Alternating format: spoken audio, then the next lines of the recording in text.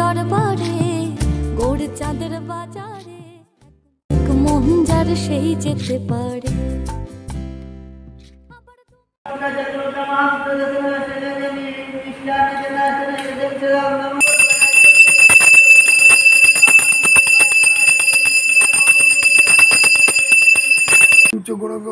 রাধারানী মঞ্চ তৈরি করা, তাই মন্দিরটা অনেক উঁচু, সেখানের অনুযায়ী এইটা তৈরি। তাই গোবিন্দ ওখানে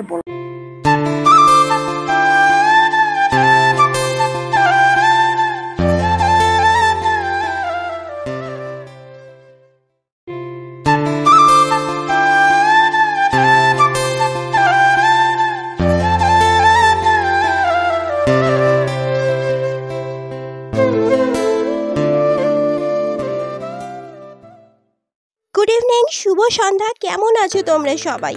তো অনেক দিন পর কিন্তু আজকে বেরিয়ে পড়েছি একটা নতুন মন্দিরের উদ্দেশ্যে। তো এখন তো বর্ষাকাল, এখন তো এরকমই হতে থাকবে। তো hi, this is Papiya and welcome to my channel and another new minute travel blog. তো আজকে কিন্তু চলে যাচ্ছি কাঁচরাপাড়ায় রথতলায় কৃষ্ণরায় মন্দিরে। তো এখানে কিভাবে আসতে হয়, মন্দিরটার কি ইতিহাস আছে, মন্দিরের বিগ্রহ সব কিছুই কিন্তু তোমাদেরকে দেখাবো, জানাবো। পুরো ব্লগটা কিন্তু তার জন্য তোমাদেরকে দেখতে হবে স্কিপ না করে। তো দেখো, প্রথমে কিন্তু আমি কাঁচরাপাড়া স্টেশনে নেমে ওখান থেকে অটো করে চলে এসেছি বাগমোড়, আর বাগমোড় থেকে আবার টোটো করে চলে এসেছি রথতলায়। তো এই রথতলাতে একদম মন্দিরটা রয়েছে কিন্তু। এই দেখো রথতলার এই রথটা কিছুদিন আগে তো রথযাত্রা হয়ে গেছে, তখন কিন্তু এটাকে সাজিয়ে টাজিয়ে বার করা হয়েছিল। দেখো রথটা কত বড়, আর পুরোটাই কিন্তু লোহার দ্বারা তৈরি। তো এই দেখো, এইটা হচ্ছে মন্দিরের একদম প্রধান সিংহদ্বার। দেখো এই দু সাইডে দুটো কিন্তু ড্রাগন টাইপের মূর্তি করা রয়েছে, যেটা এখন মেলা হচ্ছে বলে প্রচুর দোকানপাট, সেই জন্য ভালো করে দেখা যাচ্ছে না। আর সিংহদ্বারটা কিন্তু অনেকটাই পুরো দেয়ালটা মিনিমাম 35 ইঞ্চি ওয়ালটা হবেই, আর অনেক পুরনো যেহেতু সেই জন্য দেখো অনেক জায়গায় কিন্তু রং চটে গেছে। আর দেখো এখানে কিন্তু কেউ ঘুমিয়েও আছে, হয়তো কেউ থাকে মন্দির কর্তৃপক্ষের কেউ। আর দেখো এখানে কিন্তু মেলা হচ্ছে। তো আমরা যেহেতু বিকেল বিকেল দিকে এসেছি, সেই জন্য কিন্তু মেলাগুলো এখনো খোলেনি, দোকানপাট সব বন্ধ রয়েছে। তবে আমি যে ভিডিওগুলো দেখেছিলাম সেখানে প্রচুর গাছপালা দেখছিলাম, হয়তো মেলার জন্য সেই গাছপালা এখন কেটে ফেলা হয়েছে বা কিছু। এরপর মন্দিরের সিংহদ্বার দিয়ে প্রবেশ করে আসার পর কিন্তু চৈতন্য মহাপ্রভুর এরকম একটা সুন্দর বিগ্রহ এখানে দেখতে পাবে, যেটাকে কিন্তু পুজো করা হয়। আর এই মন্দিরের সাথে কিন্তু চৈতন্য মহাপ্রভুর ইতিহাস আছে। বলা হয় যে তার একনিষ্ঠ সেবক শিবানন্দ সেনের মূর্তি নাকি একসময় এখানে পূজিত হতো, আর শ্রী চৈতন্য মহাপ্রভু নাকি একবার এখানে এসেছিলেন। তো তারপর দেখো এই হচ্ছে মন্দিরের যে পরের যে এখানে একটা নহবত গেটও আছে, কিন্তু সেটা কিন্তু বন্ধ, কেননা আমরা একটু আগেই চলে এসেছিলাম। আর 4:30-এর সময় কিন্তু এই মন্দিরের গেট খোলা হয়। তো দেখে একটু ডিসঅ্যাপয়েন্ট হয়েছিলাম। অ্যাকচুয়ালি না, আমরা একটু বেশি তাড়াতাড়ি হয়তো চলে এসেছিলাম। তো যতক্ষণ মন্দির খুলবে, এত দূর থেকে যখন এসছি তো মন্দির তো দেখবই। আর এখানে কিন্তু মেলা আছে, যদিও মেলার দোকানপাট বেশিরভাগটাই বন্ধ। আর আজকে হচ্ছে এই মেলার শেষ দিন, আর সেই সোজা রাত থেকে মেলা শুরু হয়েছে। তো চলো তোমাদের বরং এই মেলাটাই কিন্তু দেখিয়ে দিচ্ছি। অনেক বড় এরিয়া জুড়ে কিন্তু এই মেলাটা হচ্ছে। তো এই দেখো মেলার দোকানপাট তো দেখতেই পাচ্ছ সবই বন্ধ, তবে অনেক বড় কিন্তু মেলাটা। এখানে কিন্তু প্রচুর রাইডিংস আছে। তো তোমরা যদি কেউ আসতে চাও রথতলার রথের মেলায়, তাহলে কিন্তু তোমাদেরকে আগে চলে আসতে হবে। সোজা রথেই কিন্তু মেলা হয়, আর উল্টো রথের ওই 1-2 দিন অবধি কিন্তু মেলাটা এখানে স্টে করে। প্রচুর বড় অনেক দোকানপাট রয়েছে, রাইডিংস রয়েছে, অনেক জিনিসপত্র কিন্তু এখানে আর কি রয়েছে। দেখো বাচ্চাদের জন্য কিন্তু এখানে প্রচুর রাইডিংস রয়েছে। এই দেখ কত, বললাম যেহেতু আমরা তাড়াতাড়ি চলে এসেছিলাম তাই বন্ধ। আর এখানে কিছু লোকাল বাচ্চারা এসে দেখছিলাম এখানে খেলা করছে, জাম্পিং করছে। যেহেতু এখানকার কোনো ওনার নেই, সেই সুযোগে কিন্তু এরা এর ভেতর ঢুকে দেখো প্রচুর মজা করছে। আর এই হচ্ছে মন্দিরের পিছন সাইডটা। অ্যাকচুয়ালি না, মন্দিরটা আগে কিন্তু অন্যরকম ছিল আর কি, অনেক প্রাচীন ছিল। বর্তমানে এটা সংস্কার করা হয়েছে। ঘড়িতে ঠিক 4:30 বাজার সাথে সাথে কিন্তু এই মন্দিরের দরজা খোলা হয়। তো যাওয়া যাক ভেতরে।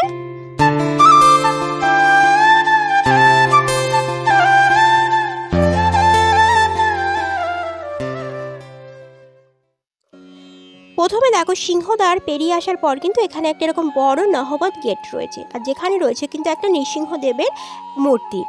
আর এই যে সিংহদ্বারের পরের দ্বার হোক কিংবা এই নহবত গেট, প্রত্যেকটার দেয়াল কিন্তু মিনিমাম 30 থেকে 35 ইঞ্চি পুরু আর অনেকটাই উঁচু। আর এই হচ্ছে মন্দিরটা, এটা টোটালটাই টেরাকোটার কাজ করা, তবে এটা দেখে বোঝাই যাচ্ছে রংটা কিন্তু রিসেন্টলি করা হয়েছে। উৎসব উপলক্ষে যেহেতু এখানে রথযাত্রাটা বড় করে হয়, আর এখন বিকেল হলে দেখলাম অনেক বাচ্চারা এখানে খেলতে আসে। ভাবছিলাম তো খুলবেই না, চলে যাব, কিন্তু তাও মানে মন্দিরটা খুললো ফাইনালি। তো চলো এবার ভেতরে যাচ্ছি, আর আমি তোমাদেরকে রাধাকৃষ্ণ জুয়ের যে মূর্তিগুলো আছে সেগুলো নিজেও দর্শন করছি, তোমাদেরকেও দর্শন করাচ্ছি।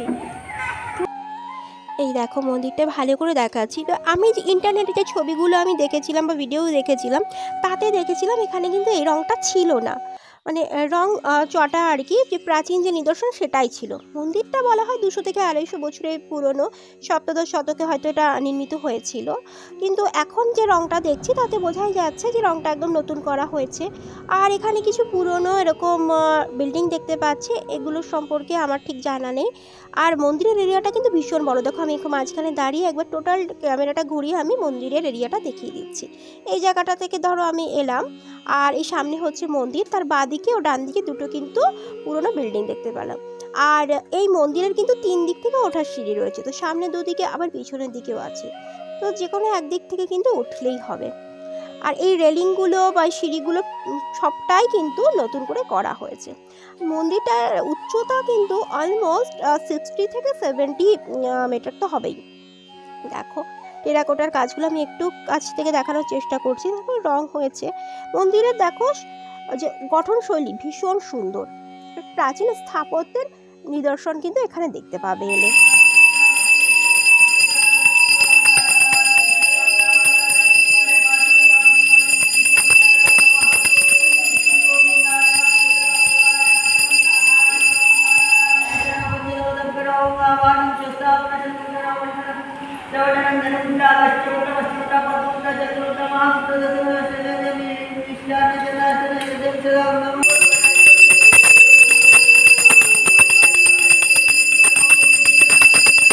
এই মন্দিরের প্রধান আরাধ্য বিগ্রহ হলেন কৃষ্ণরাই। মন্দিরটি বাংলার আটচালা মন্দিরের স্থাপত্যের এক প্রাচীনতম নিদর্শন রয়েছে। মন্দিরের গর্ভগৃহে পূজিত হয়ে চলেছেন কৃষ্ণরাই। এর গঠনশৈলী কিন্তু অপূর্ব সুন্দর, আর এর যে দরজাগুলো সেগুলো কিন্তু সুউচ্চ কাঠের তৈরি। এবার তোমাদের এই মন্দিরের প্রাচীন ইতিহাস সম্পর্কে কিছু বলি। বলা হয় মহারাজা প্রতাপাদিত্য বংশের বংশধর গঙ্গাধর গঙ্গার ধারে কৃষ্ণরায়ের মন্দির নির্মাণ করেন, কিন্তু কালক্রমে সেই মন্দির গঙ্গায় নিমজ্জিত হয়ে যায়। তারপর সেই কৃষ্ণরায়ের মূর্তি এখানে নিয়ে আসা হয়।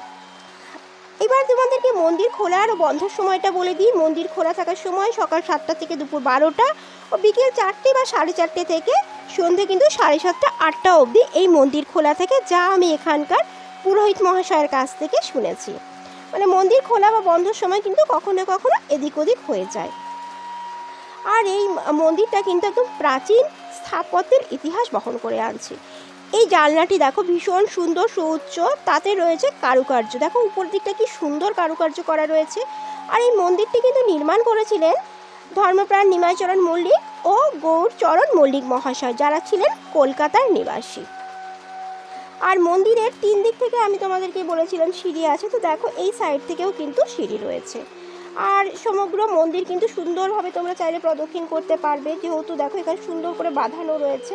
এই দেখো এই সাইড দুদিকেই কিন্তু এইভাবে সিঁড়ি রয়েছে, আবার সামনের দিকে দুদিকে সিঁড়ি রয়েছে। আমি এই দেখো বর্ষাকালে যেহেতু আমি এসেছিলাম, তাই আমার ভয় হচ্ছিল যে বৃষ্টি যাতে না নেমে যায়, সেদিকেও খেয়াল রাখতে হচ্ছিল। এবার দেখো তোমাদের এই যে মন্দিরের যে প্রবেশপথ, 3টি সুউচ্চ খিলানযুক্ত যে প্রবেশপথ, সেটা দেখো তোমাদেরকে দেখাচ্ছি। দেখো এখানে রয়েছে টেরাকোটার কাজ রয়েছে, এই দেখো 3টে খিলানযুক্ত প্রবেশপথ, তাতে কিন্তু রয়েছে টেরাকোটার কাজ। দেখো কি সুন্দর করে কিন্তু নকশাগুলো করা রয়েছে। আর মাঝে মাঝে দেখো ইটের খাঁজে কিছু টিয়া পাখি করা রয়েছে, কি সুন্দর লাগছে না, ব্যাপারটা পুরো হাইলাইট হচ্ছে। এরকম লাল সাদা, লাল নয় মারুন সাদা, তার সাথে গ্রিন কালারের টিয়া পাখির ছোটো ছোটো মূর্তিগুলো এখানে এসে আমার একটা অদ্ভুত অভিজ্ঞতা হয়েছে। এখানে এক বয়স্ক ভদ্রলোক, যাই হোক তিনি আমার বয়োজ্যেষ্ঠ মানুষ, তার সাথে দেখা হয়েছে। তিনি জানি না কেন আমাকে না কিছুতেই ভিডিও করতে দিচ্ছিল না। উনি আগে বলছিল ইতিহাস, সাহিত্যের ইতিহাস, এগুলো বিষয়ে আমাকে অনেক কিছু বলছিলেন। তো যাই হোক, তার অনেক জ্ঞান, তিনি আমার বয়োজ্যেষ্ঠ, তা আমি শুনছিলাম। তো চলুন তার কিছু কথা শোনাচ্ছি। বাঁকুড়া রাজা বল্লাল সেন, হ্যাঁ, তিনি ছিলেন ওইখানকার রাজা, সে বাঁকুড়ার রাজা ছিলেন। তিনি ওখানকার মন্দির দেখবে, রাসমঞ্চ, গৌরঙ্গ মঞ্চ, গৌরঙ্গ রাধারানী মঞ্চ তৈরি করা আছে। তাই মন্দিরটা অনেক উঁচু। সেখানের অনুযায়ী এইটা তৈরি। আর এটা হচ্ছে এই মন্দিরের রন্ধনশালা। মানে এখানে যখন কোনো অনুষ্ঠান হয় তখন এই রন্ধনশালায় কিন্তু ভোগ প্রস্তুত করা হয়। হ্যাঁ, আমার হয়তো অতটা জ্ঞান নেই, আমি যতটুকু জানি সেটুকুই তোমাদের দেখানোর চেষ্টা করি। তো যাই হোক, এই মানুষটার কাছ থেকে আমি শুনেছিলাম, কিন্তু আমি তাকে কিছুতেই বোঝাতে পারছিলাম না যে এই ভিডিওগুলো আমি যখন পোস্ট করব তো অনেক মানুষ দেখবে, জানবে, এই মন্দিরে আসবে। তো যাই হোক, অনেক কষ্টে তাকে বুঝিয়ে মন্দিরের ভেতর পাঠিয়ে আমি কিন্তু বাকি ভিডিওটা করার চেষ্টা করছি। তো এখানে দেখো এরকম কিছু দরজা আমি দেখতে পেলাম, যেগুলো কিন্তু বন্ধই রয়েছে। আর বর্ষার সিজন, আকাশের অবস্থাও খুব একটা ভালো নয়, যখন তখন বৃষ্টি আসতে পারে, তাই আর সেইভাবে আর ঘোরা হলো না। বা বাকি এখানে একটা মেলাও হচ্ছিল, যেটা আমি ঢোকার সময় দেখেছিলাম, সেই মেলাটাও সেইভাবে কিন্তু আর আমি কভার করিনি। তো এই দেখো, কিন্তু তাহলে কিন্তু তোমরাও একবার এই মন্দিরটা ভিজিট করো। অ্যাড্রেসটা আমি আরেকবার বলে দিচ্ছি। তোমার কাঁচরাপাড়া থেকে আসলে কিন্তু সবথেকে সুবিধে, কাঁচরাপাড়া থেকে বাগমোড় অবধি যে কোনো অটো বা টোটো পেয়ে যাবে। তারপর বাগমোড় থেকে কিন্তু তোমরা আবার টোটো করে এই রথতলায় এসে নামতে পারো, এখানেই মন্দির। চলো আজকের ভিডিওটা এখানেই শেষ করছি। হ্যাঁ, মাঝখানে আমাকে কেউ ইন্টারাপ্ট না করলে ভিডিওটা আরও ক্লিয়ার করে তোমাদেরকে দেখাতে পারতাম। তো যাই হোক, ভিডিওটা কেমন লাগছে অবশ্যই জানিও। ভালো থেকো, সুস্থ থেকো, আর নতুন হলে কিন্তু চ্যানেলটাকে সাবস্ক্রাইব করো। টাটা।